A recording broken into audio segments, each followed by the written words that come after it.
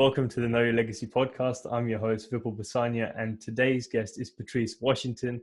Patrice is known as America's Money Maven. She's a speaker and author who's been on the Steve Harvey show a number of times, and she's also has published multiple books as well, and is the host of her own podcast, Redefining Wealth, which tells us all about looking at wealth from a perspective of chasing purpose and not money. So Patrice, thank you so much for being here today. Thank you for having me, Vipul. I'm excited to be here. No, me as well. So I guess like from the snippets of conversations I've heard in your podcast and the stuff that I've read about you, I didn't want to read too much because I wanted to allow myself to be surprised, but I know you've got a bit of a story. And I think just to put everything into context for people, I want people to understand where you came from. And then, you know, because I know you started off on your brother's couch and you ended up sitting opposite Steve Harvey. That doesn't happen to everyone. So tell us a little bit about where it all started. Yeah, I always like to tell people, Vipul, that, you know, I'm passionate about what I do and all that stuff, but really the heart that I have for being America's Money Maven comes from the compassion that I developed in my own testimony, in my own storm. So, you know, 10 years ago in 2008, I was actually on the bathroom floor, bawling and snotting and crying and asking God, why? Like, what happened? How did I get here? Because the years leading up to that, when I was in college, I was introduced to real estate and quickly fell in love with the real estate market here in California. At 19, I became a licensed agent. And by 21, I was a real estate and mortgage broker. And so during my senior year in college, my now husband of 11 years, then boyfriend, we thought we're just going to start our own business. And we did that my second semester, senior year. And we started this mortgage and real estate company, which ended up being a 7-figure business by the time we were 25. And at that time, you couldn't tell us that we were not going to ride off into the sunset with all the money bags in the world. Like, we were doing so well. We had 16 employees. We had this beautiful office space and matching Range Rovers and, you know, the designated parking spots. Like, we had hit it. And then in 2007, I found myself in the hospital on bed rest, waiting to have my daughter. I had taken a fall down the stairs and it sent me into preterm labor. And so if anyone is listening who happens to be a mom or has ever seen a pregnant woman at least one time in your life, you don't have to be a mom to know that if you go into labor at 20 weeks and pregnancy is supposed to be 40 weeks, then that's a big problem. And so when I got to the hospital, they said, you know what, ma'am, this baby is coming any minute now. I'm sorry. Because essentially their thought was the baby's not going to make it.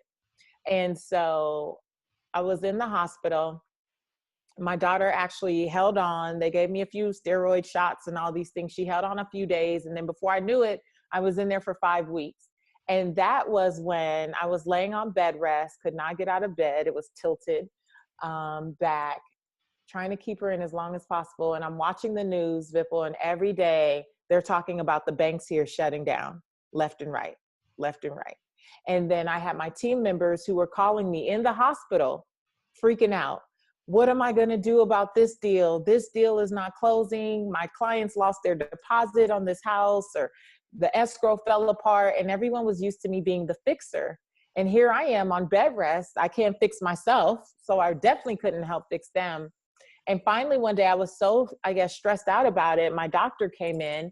They had been monitoring, you know, all my vitals and all that stuff. And she said, hey, I don't know what you're stressing about, but if you don't stop, you're going to leave here 2 years in a row with no baby.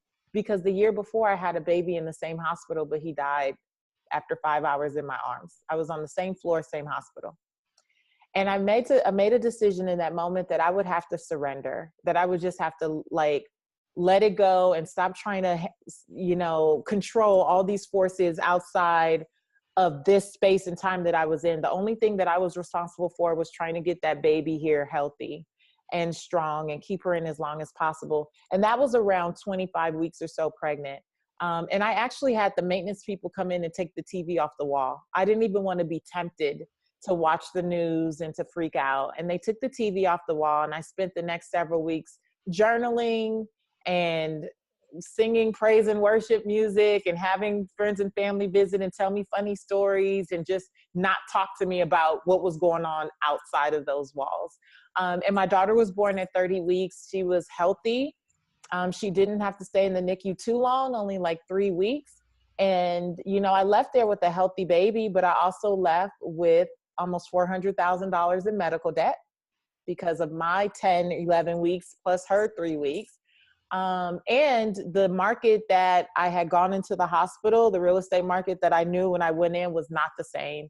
And so I came out and basically exhausted my savings, still trying to keep everything afloat, thinking that I could figure it out, that I would make it happen.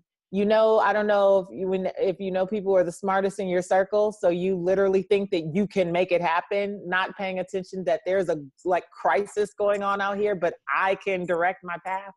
And so I thought I could figure it out and make it happen. And unfortunately, about a year later, everyone was laid off, the doors closed, and I went from this 7-figure business to scraping up change. I had exhausted everything. I had put my money in the last of different investments that I thought would, you know, generate some type of return. They did not, and that was it. And so when people ask me now, how are you America's Money Maven, and how did you do this? I always say, you know, it's because of my testimony. Had I not gone through that season that took me from having this amazing career to losing it all and ending up on that bathroom floor saying, God, how did I get here? Like, what just happened? How did this happen to me? I've been a good person. I've treated people well. I operated in integrity. I wasn't doing bad loans. I wasn't doing bad business. So how the heck does this happen? And for me in that moment, it was that still small voice that, you know, for me, tell me to reach for my Bible. I did. And I ended up on this scripture. It's Proverbs 17:16. And I built my whole life off of it for the last 10 years. And it's, what good is money in the hands of a fool if they have no desire to seek wisdom? And that was the light bulb moment for me, that I had been really great at figuring out how to make money, but I was great at acquiring knowledge, but I was not necessarily great at seeking wisdom, which is the application of the knowledge that you do have. So what was it? What was the knowledge at the time you weren't applying? Well, first of all, in my office building, there were so many people who were older than us. We were, you know, the youngest. We were in our 20s, with all these folks around us. And I remember there was a guy down the hall that closed up shop, and he was doing really well. You know, we would talk in the hallways or in the parking garage, elevator, whatever, doing really well. And he just he closed up. And he would say, he told my husband, not when I was there, but my husband says he told him in the hallway one day, like, yeah, it's time to cut these expenses and hunker down because it's coming. We didn't even say, well, what does that mean? What is coming? What is he talking about? But this is someone who, you know, we were living the high life, essentially. Like, we just didn't understand the concept of recessions even at that age, the concept that good things do come to an end. So you shouldn't bank on this going on forever and ever. And I really think about, you know, had we asked him, what do you mean by that? Why are you closing up shop and you do really well? Like, you're turning out 25, 30 loans a month and you already have a small staff. So, you know, what do you mean by that? Could we have gotten some guidance? You know, there were different real estate professionals, or just business professionals as a whole, that we never thought to ask for mentorship or for coaching or just ask for help. And we were, I don't think intentionally prideful, but again, if you come from a space where you are the person that people ask for help, it doesn't occur to you that you need to go and ask other people for help. And I think that was the big thing. And that's the thing that I've become most okay with, is that when you don't know, and you know this, there's two things. There's sometimes when you know you don't know something and you'd rather sit and Google your life away instead of just asking for help, right? Although we didn't have Google back then. And then there's, or not to this extent, I don't know. And then there's the other thing where you just don't know what you don't know, right? You just have no awareness of the things that you don't know. But when you are in that place, it's still wise to put yourself around people who will heighten your awareness of all these other things. And I've learned that one, mentorship is key, coaching is key, and just putting myself in circles with people who are smarter than me, because their natural conversation is going to alert me to something that I just have no awareness of. Yeah, no, that's so true, because I think the people that it's cliche in the personal development space, like the people that you surround yourself with are the people that you become. But it's true, because the energy and the frequency that they're giving off, you naturally tend to vibe with them. And if you're around enough of those people, they will naturally raise you to their level, and you'll end up talking about the same things, researching the same things, being curious about the same things. And so it's not a surprise that most successful people have successful friends. That's what just ends up happening. So what year was this when you lost everything? You had to like close down shop and like just restart? 2008. And what was the first thing that was going through your head at that point? Like, what's the first step that you then took? So actually, the day that I found that scripture, I was on the bathroom floor and I felt this light bulb moment, I guess you would say. Like, I felt like, oh my gosh, I need to tell somebody this, right? Like, I need to share this, because I instantly started to look up, like, well, what's the difference between knowledge and wisdom? And I was having all these like, well, what is this and what is that? And I was filling a notepad with just notes. And I'm like, oh my gosh, do people know this? I didn't know this. I'm like, I used to use these words interchangeably and all this. And what came to me was, you should start a blog. Although I didn't really know fully what blogging was. I knew that I knew some moms who had started a blog, and they were all about like talking about their kids. And I was like, well, I'm not mommy blogger material. I didn't feel, I didn't really feel a connection to that, but I was like, wow, maybe I can give people little tips on money or business or some of those things. And I'll be honest, the immediate thing that came to mind was, well, who's going to listen to you? Because of where I was. It was like, okay, well, you're in this I went from, foreclosing on a 6,000 square foot home in Southern California to literally being in this apartment that I'm referencing was a 600 square foot, seemed like box, in Louisiana of all places. And it was like, who's going to listen to you? And then the next thought was, well, so what? Maybe your mom will read. And like, there was literally these conflicting thoughts. Well, needless to say, my mom was not a long-term reader. She was not dependable in terms of being a reader, but I kept going. I literally the next day, and I leave it up to this day because I always want to illustrate the point that you have to start somewhere. And I think sometimes when folks see someone, even like myself on television, they're like, I want that, but you don't get that without all these other steps in between. And I didn't go from being on the floor to being here.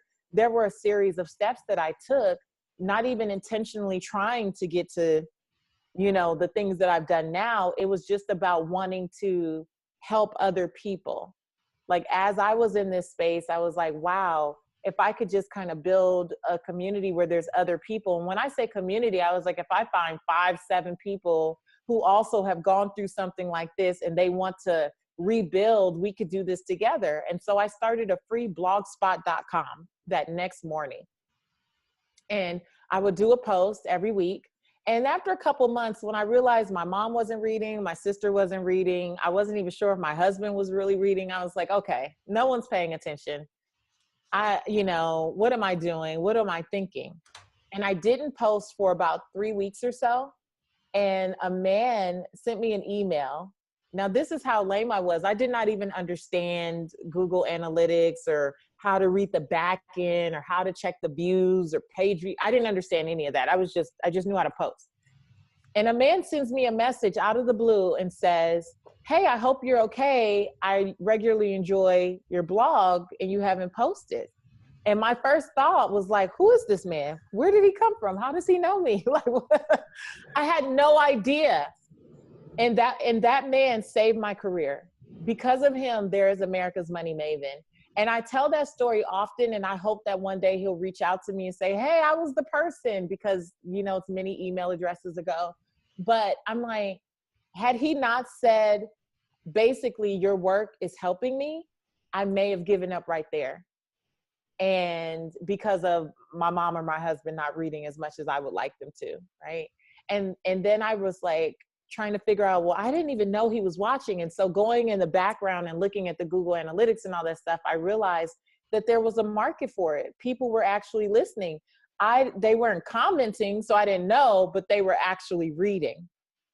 And that was it. That was the catalyst. So I kept doing that blog. It went through many different ugly iterations because I know nothing about design, but I didn't let that stop me. I was like, just focus on, I didn't know to call it content back then, but just focus on giving people good stuff and trying to share wisdom and share the wisdom you have. And that led to me writing for other websites like Black Enterprise or Huffington Post. And then that led to me writing for magazines. And before you know it, it became radio. And then I started writing my own books and then television. And here we are. So it's all a process. Like, and I think we all forget to enjoy the journey. Like we always, as you said earlier on, we just want to reach the top. And a lot of that has come about because of the story and challenges you have to go through first, and then the lessons that you glean from them. Because if you're not, as you said, it's all well and good to talk about the suffering that you went through, the pain, but if you haven't learned anything from it and you can't help someone else to avoid the same situation, then it doesn't really become wisdom for anyone else. So right. What would you say are the lessons that you've learned from your journey so far that you feel are like, these are the lessons that I want to pass on, if any, from what I've been through so far? Well, I would say my first lesson would be about giving myself permission. I had to give myself permission to move past what a lot of people would see as a catastrophic failure, right? Like, although there were a lot of people who lost businesses or homes or went through extreme challenges during that time, when I run into people that I knew back then, now that I've moved back to Los Angeles, not everyone has rebounded. Not everyone has recovered. Not everyone has been able to rebuild their life. And I think the number one reason for that is that they haven't given themselves permission to move on. You know, you have conversations with people, and I use telling my story as a way to hopefully inspire and provide hope to others, but I don't use it in a way to limit myself or create a woe is me, I messed up, look at what I did. And if you're not careful and you don't see whatever, you know, you've been through as something that happened for you and not just to you, then you can get stuck in that. And that has been one of my biggest takeaways, is like giving myself permission to understand that all these things that I've been through, they didn't happen to me, they happened for me. Because without them, I would not be the person that I am today. I had to go through that. I was passionate about financial education before. I used financial education as a way to build my business. But I had to go through those things to have the compassion that I have for people today. And so that would be one big lesson. And I think another lesson that I talk about often on my podcast is that relationships matter, and that you have to understand that there's always someone watching you who has the power to bless you. But who are they watching you be? Or how are they watching you behave? Or how are they watching you interact with other people? How are they watching you show up in social media? There's always someone watching. And I think that even in the age of social media, where we are building profiles and putting ourselves out there, it's like we forget that, okay, someone's going to see that, right? Or like someone's going to see you. And if you are not what you portrayed there, that disconnect could prevent you from getting an opportunity or getting that introduction or being invited to something. Because so much of my career, honestly, Vipul, has not been, I would love to believe that I was so smart and so strategic and so orchestrated. But the truth is, everything that's happened has been quite organic, and it's happened very authentically. And it's really been because of relationships, just because of treating people well and doing what I say I'm going to do and showing up and delivering how I'm supposed to and honoring everyone in the space, whether they are the janitor or the CEO, because you just don't know. And I don't do it for that, but I do believe that it's been such a great such a great resource or help for me on this journey is that so many people in my space are clamoring for opportunities that, quite frankly, I attract. And I think it's because I know who I am, so I don't have to mistreat people to prove that I am any better or that I have this or that I do that. It's like, just be cool with who you are and treat people well. Yeah, it's funny you say that, because it's like, in this age of social media, we think that we need to be like someone else because we're comparing ourselves so much, and we forget to be us. And I just posted, I think it was yesterday, if you blend in, you'll be forgotten. It's just Oh, like that's good. the makeup of our eye, the print that we have on our palm and under our feet. No one in history's had it, and no one will have it again. That makeup is just for you. And there's, whether you feel like it's woo woo or not, like there has to be a reason behind that. Like, it's not just going to No, be it's for no true. reason. Yeah. And that's, I really believe, you know what I had to start telling myself too at different points throughout this journey when I would get into that type of comparison mode, because it's easy to slip into, you know, at first we're looking at people as research, right? It's kind of like, oh, I'm looking for inspiration. And then if you're not really careful, that can turn into imitation, which is not like what you want to do. It's not even necessary. And I started to tell myself at different points, and I think I heard a version of this somewhere years ago, but essentially it was that, you know, the year that I was born, there clearly was a void in the space.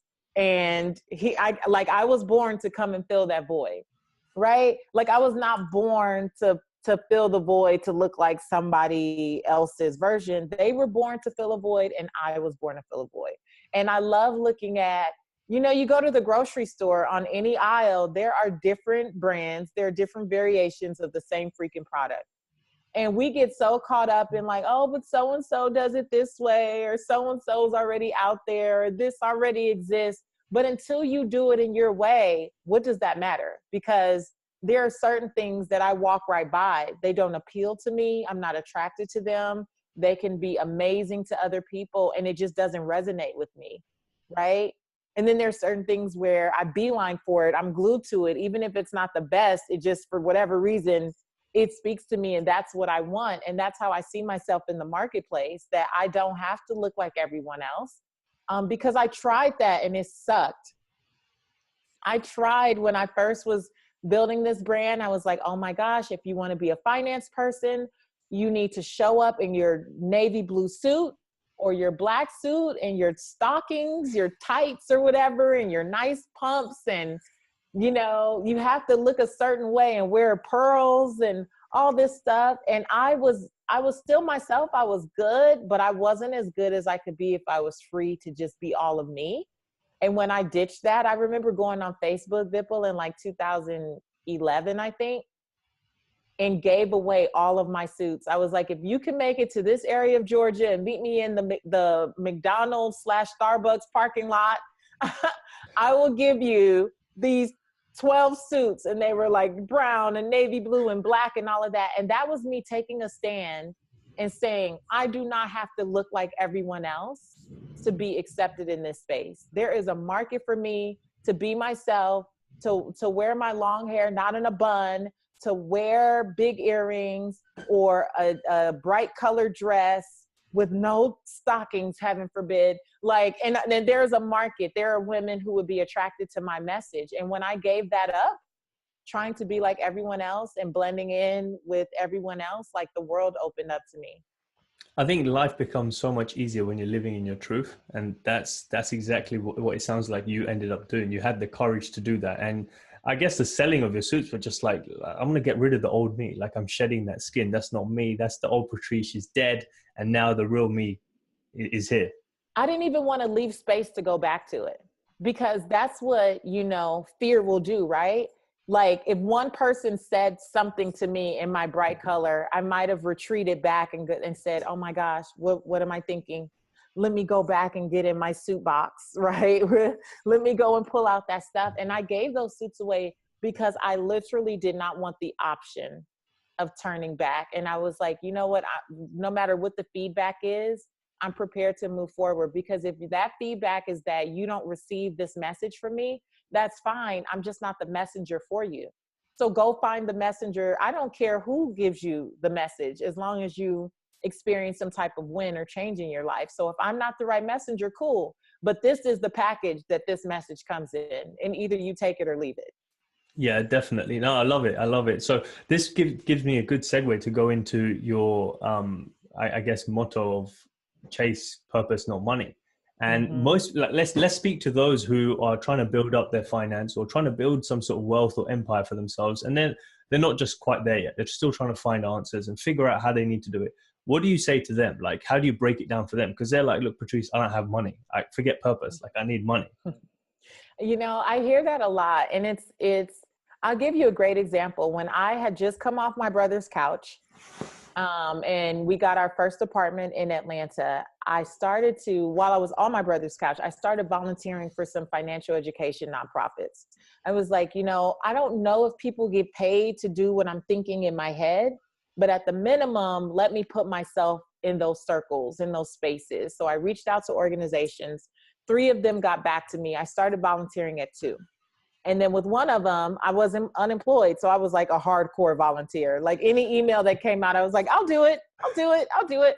And so I became like their lead volunteer, right? And so after a few months, they reached out. Well, this is what happened, actually. So people also asked me about the Steve Harvey thing. Well, I was Steve Harvey's intern also at 19 years old. So while I was pursuing real estate, I also worked at the radio station that now is nationally syndicated, but it was just in Los Angeles at the time. And so that was supposed to be like a 6-week internship. And at the end of the 6 weeks, I was like giving out my thank you cards. Thank you guys so much for having me. It's such a blessing. And they're like, where the hell are you going? What are you doing? I'm like, well, I was an intern. Like, I don't work here. And they're like, no, you have to stay. So I ended up staying for 2 years. So when I left there is when I started my real estate and mortgage company. But circling back, when I ended up in Atlanta, you know, I still kept in touch with a lot of those people. So Steve Harvey found out that I was back, or that I was there, because he had by then moved to Atlanta as well, that I was there. And so his business manager at the time called me in because they wanted to offer me a job. They just heard that I was looking for something and I needed something. And they had seen the trajectory and heard about how things panned out and all that stuff. Well, I was actually driving down the road to go accept this job. I didn't even know what the job really entailed, but it sounded like money, you know? And I was like, okay, I'm going down the street, literally down a street called Roswell Road in Atlanta. The phone rings, and it's the vice president of the nonprofit calling me to ask if I have a job, because I'm the star volunteer and they have this position coming available, and everyone put my name in the hat immediately. And I'm like, oh my gosh, this is like a dream thing, because Steve's stuff was going to be in entertainment. And I had never been interested in that. Like, that just wasn't my thing. But I'm like, oh my gosh, financial education counselor. Yes. Like, that's me. I can do that. I'm like, well, when would I start? Well, they're breaking ground on the center in 6 months. Now, mind you, I'm broke, right? Like, I am in struggle mode. My husband went from tailored suits to taking a job at Taco Bell to make sure we had health insurance. So we literally are not really making any money. So the guy says, well, you know, this position will take another 6 months or so. And I'm like, dude, I need money right now. Like, I am headed in to take a job right now. I'm driving there. 10 minutes later, I pull into the parking lot. I get into the office. I'm talking to Steve Harvey and his manager at the time, Rashawn McDonald. And they're telling me about the position. And the more I'm listening to it, the less excited I am, because it was nothing obviously like what I heard when I was driving and talked to the other guy. And although I knew my family needed the money, I swear to you to this day, I don't even know how it came out, but I said, yeah, I can't do that. And Steve Harvey said, ain't you broke? Didn't you say you need a job? And I'm like, oh my gosh, I do, but I don't think I would be great at that. Like, I could do it, but I wouldn't love it. And they thought I was crazy. They thought I had lost my mind. And they're like, well, what is it you want to do? I said, I really want to help people in financial education somehow. I've been volunteering and I've been doing these types of things. And they said, well, we can give you like a finance title. And I said, oh, okay. So, but like, what could I do? They're like, no, you're going to do the same work. We'll just give you the title. And then that way it'll help you later.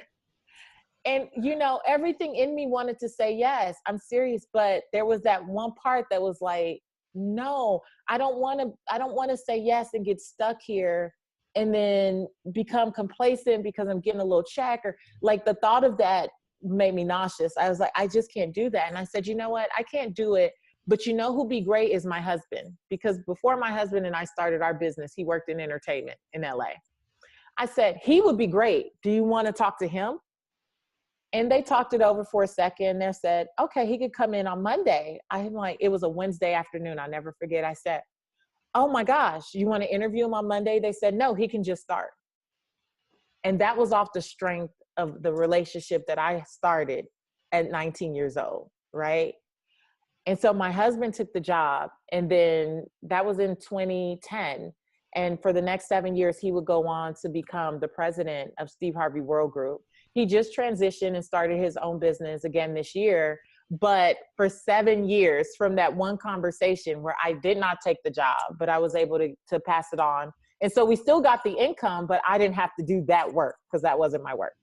And then 6 months later, I did end up at that financial education nonprofit. And that's where I really built a name for myself, teaching all over Atlanta. I was responsible for going to the churches, the conferences, the nonprofits, all these other places, and teaching on their behalf. And that's where I developed my voice as a speaker.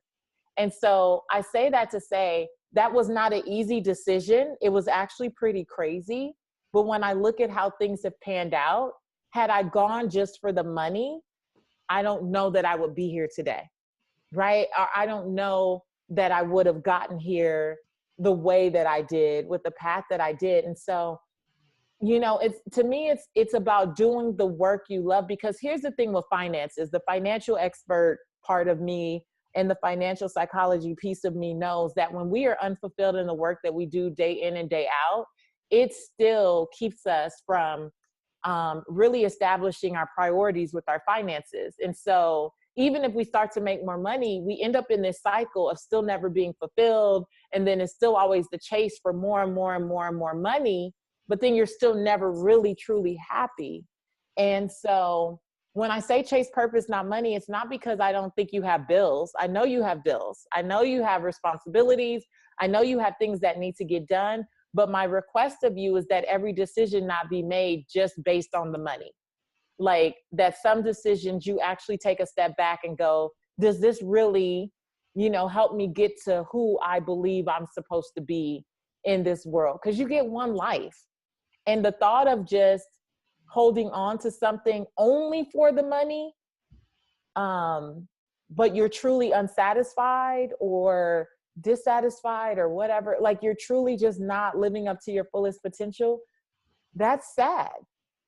And that's no way to live. And even if you can't do what you want to do as a full-time thing, I think that filling that void by at least volunteering or doing it on the side or turning it into some side hustle, some hobby, something, you just have to inundate yourself with the things that feel good and in alignment with your spirit. Yeah, it's crazy, you know, the way you told that story, because you would have never known that all of those pieces of the puzzle would have come together, like until you look back now and you reflect, and it makes all sense. You're like, oh, of course I would have made that decision. Like it all makes sense. Like the dominoes got hit in the right way. But I guess from everything you're saying, to lay a solid foundation of building wealth that you'll actually be happy with, and I guess then creating fulfillment and not just achievement of hitting a certain number, like you're actually fulfilled along the way, is making sure the empire is built on purpose, something that you're happy with. So what would you say to those who are, I guess, lost, or they don't quite know what they want to do? What, breaking it down in maybe a couple of steps of these are the sorts of things that they should try and do or follow to then start getting an idea of, okay, this is what sets me on fire. Maybe I should start doing this on the side. Yeah. One of the first things I'll say is that so often we underestimate those things. First of all, our gifts. So the things that we do better than anyone else with the least amount of effort. Like for so long, I did not think that I had a gift or a talent, if you will, because, you know, I played basketball, but wasn't the best, right? Like I wasn't going to college on it. Or I did, you know, I played piano, but not really no one wants to listen to that. Like I didn't have something that was an art or a sport or something like that. And one of the first exercises that I did, and I got it from a book called Coach Yourself to Success by Talaine Medina. I read that book in about 2009. Changed my life because it's very practical and it has a bunch of exercises. And one of the exercises that she suggested, which blew me away, was to look back over my life, and not just my professional life, not just my adult life, but literally look back over my life and look at all the instances where I felt complete joy, where I was just so smitten with myself and I was super excited and pumped up. And I started to look back and I thought about different things, like being class president in middle school, and really just because I got to get on stage. It was to get on stage and tell my peers, my friends, what to do, right? Like, you owe us dues, pay up type of thing. Like, I just loved all these different aspects. I used to get in trouble in school for talking. So you see, I have no shortage of words, right? Like I love talking, always got in trouble for it. Always the loud girl in the back talking. I loved getting on stage. I was a great writer. I thought about the fact that I actually was published in 6th grade because my essays were selected from some competition to be in a Los Angeles Unified School District, like compilation book. I was already a published author, if you will, right? Like a published contributor, and how pumped that made me. And I was in the newspaper for something like in 9th grade, and how pumped I was about, you know, my work being recognized. And so when I started to look at all these different things from childhood and the things that got me pumped and excited, it's like, wait a minute, there might be something here. Maybe I should be pursuing something where I just freaking get to talk. Hence a podcast and speaking now, right? Like I should do something where I get to actually be on stage. I like that. Like I enjoy that. There's still a little fear sometimes that comes with me speaking, but then after the first 30 seconds, that turns off and then I am in my mode, right? Like I am doing my thing. And so that book helped me to see that I was neglecting or negating so many of the things that I had always been good at. And because they didn't fit into some professional bubble or some job description, I would write them off. Like they were not important. And now as a mother, that's the thing that I really try to encourage in my daughter, like the things that she naturally gets in trouble for at school, while I try to manage the teacher's expectations and teach her to, you know, do what she has to do. I'm not trying to force her to conform, because those things are her gifts and she's naturally displaying them, right? And they're going to serve her 10, 15, 20 years from now. So that's not a light that I want to dim, although it was a light that was, you know, definitely snuffed out for me as a kid. So that's really one thing, is like being okay with, these are the things that you've always been good at. And then for me, it was, how do I marry those things with just some knowledge or experience that I've always had or been passionate about? And so in building my real estate and mortgage business, the thing that I liked the most was one kind of, I liked clients that could come in and jump into a house because of course I got the money faster, right? But there was something for me about taking someone who was like, I don't know if I'm going to be able to do it, and then working with them and giving them homework and them coming back and them saying, I saved my first $1,000 or I saved my first 5,000. And, you know, I liked that. And so it was like, how do I, you know, partner what I've always been good with the things that get me excited and I'm passionate about and I have some level of expertise in, and marry those together. And when I was able to do that, the last piece was being able to tell the story. and not be ashamed of the story and how I got there. And that's, I think the big thing is for a lot of us, our purpose comes out of some form of pain. And we want to jump into the purpose piece, but we don't want anyone to know the pain or the struggles that it took to get there. And once I was okay with, again, giving myself permission to accept that my story is my story. You know, I didn't necessarily choose for things to go that way. I would have loved to say that I rode out into the sunset with no problems and now I can help you do the same. But the truth is that was not my story.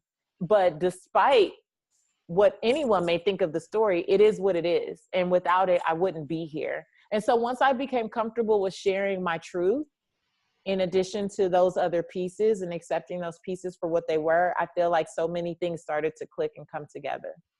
You know, I was smiling a lot when you were talking, because that's exactly pretty much the like path on the thinking that I use to figure out what excites me. Like what gets me pumped up is looking at the teachers' reports and what they said to my parents and what I got in trouble for, which is exactly the same as you talking.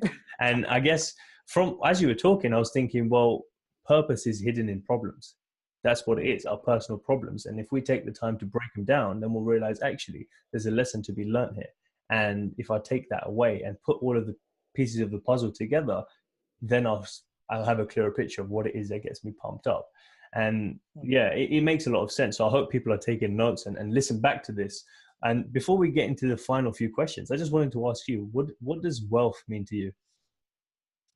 So I subscribe to the original definition of wealth. And so my podcast is Redefining Wealth, not because I have some new spin on it. It's really because I want people to go back to the original definition. And that is, you know, when we look at wealth now, even when you Google it, probably the first definition you'll get, it will say something about, you know, money and material possessions. And what I really try to convey and what I live by is that wealth is not just money and material possessions.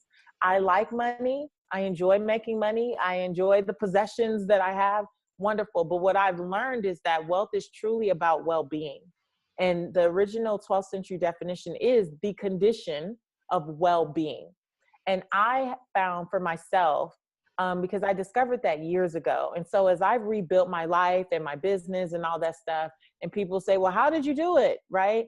I always say it wasn't by focusing just on budgets or credit reports or, you know, and debt elimination. While all those things are important and they have a place, that's not the end all be all. If you truly are going to have what I want to call fulfillment, right? Like the true feeling of, man, I feel rich in relationships. I feel good with myself. Like I'm doing work that I love. I'm inspired every day. I'm pumped to get up. Like, to me, that is wealth. Because if you just have the money, but you have no relationships, your health is poor, you know, your kids hate you, your wife is trying to poison you every other day, like, you know, you hate your environment. How can you think that that's wealth?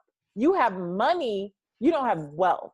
And and wealth is the condition of well-being. And so what I teach are these different pillars that just are different things for us to look at, because I believe that while you can, you know, achieve large sums of money, whether you have the ability to actually maintain it will really be rooted in how you feel about yourself and how you deal with these other areas of life. Because the minute those are on a scale of 1 to 10, the minute those are like a 1, 2, 3, you're going to find problems.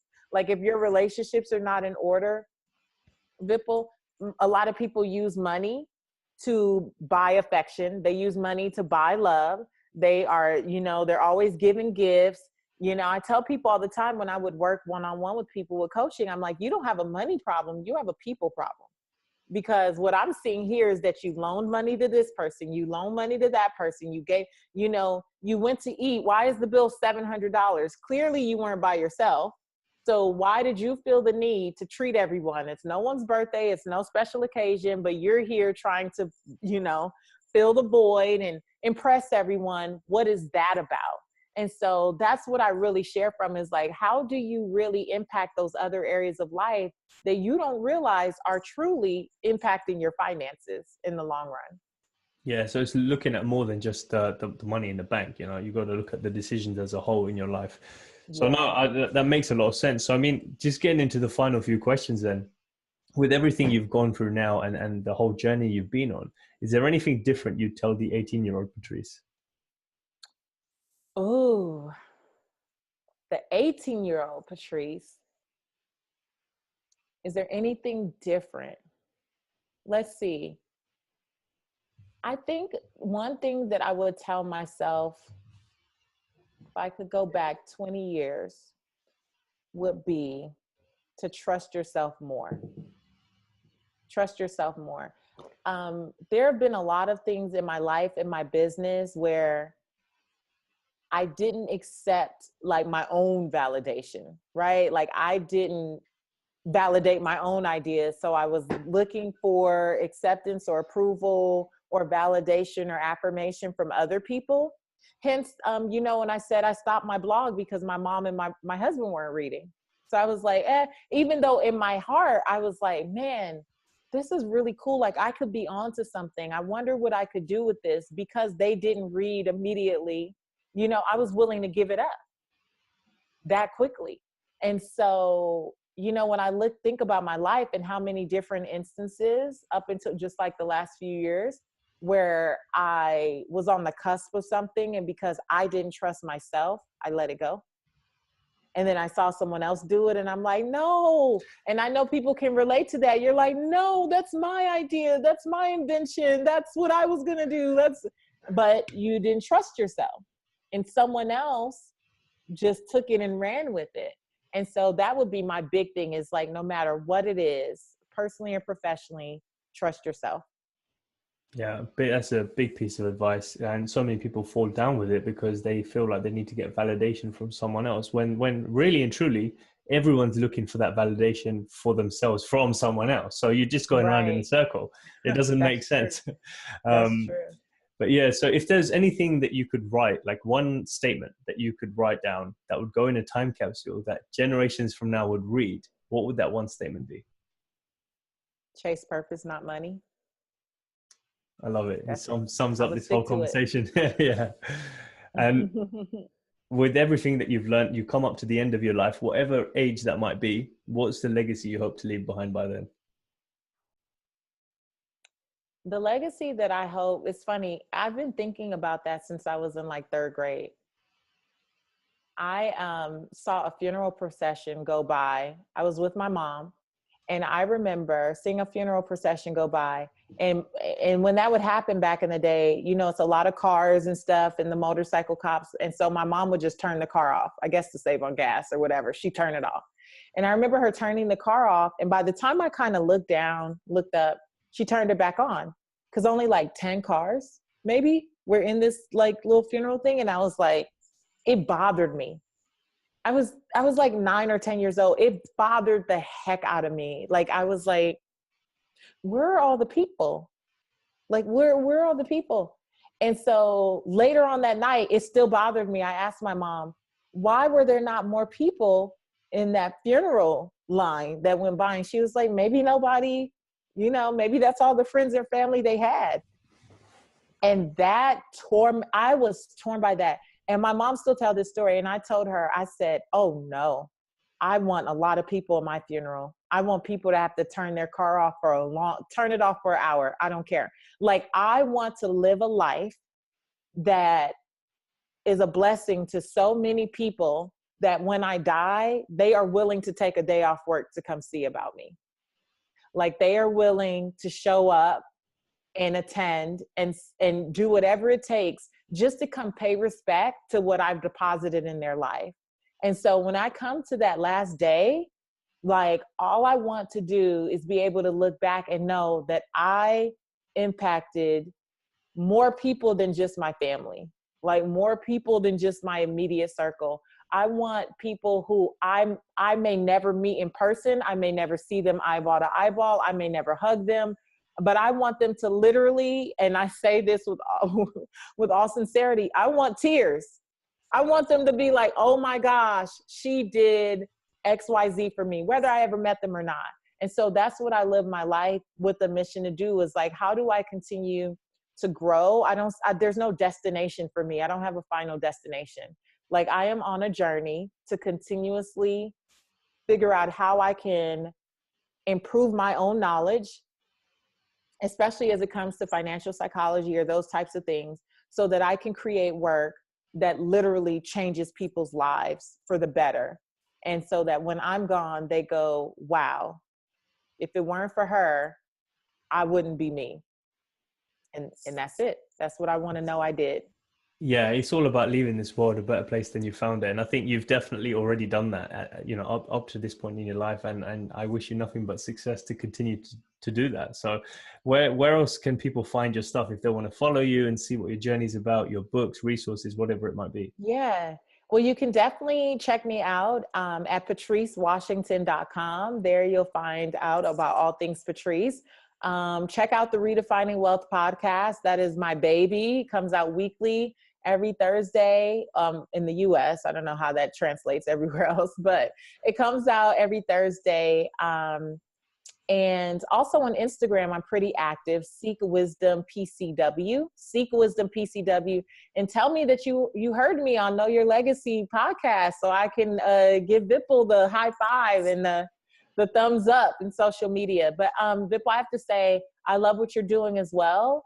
I think it's awesome. And I just appreciate you giving me an opportunity to share my story on your platform. So thank you so much. No, thank you. I'm humbled that we got to talk and that you took the time and effort to share. So, hopefully we get to do this again sometime soon. Yeah.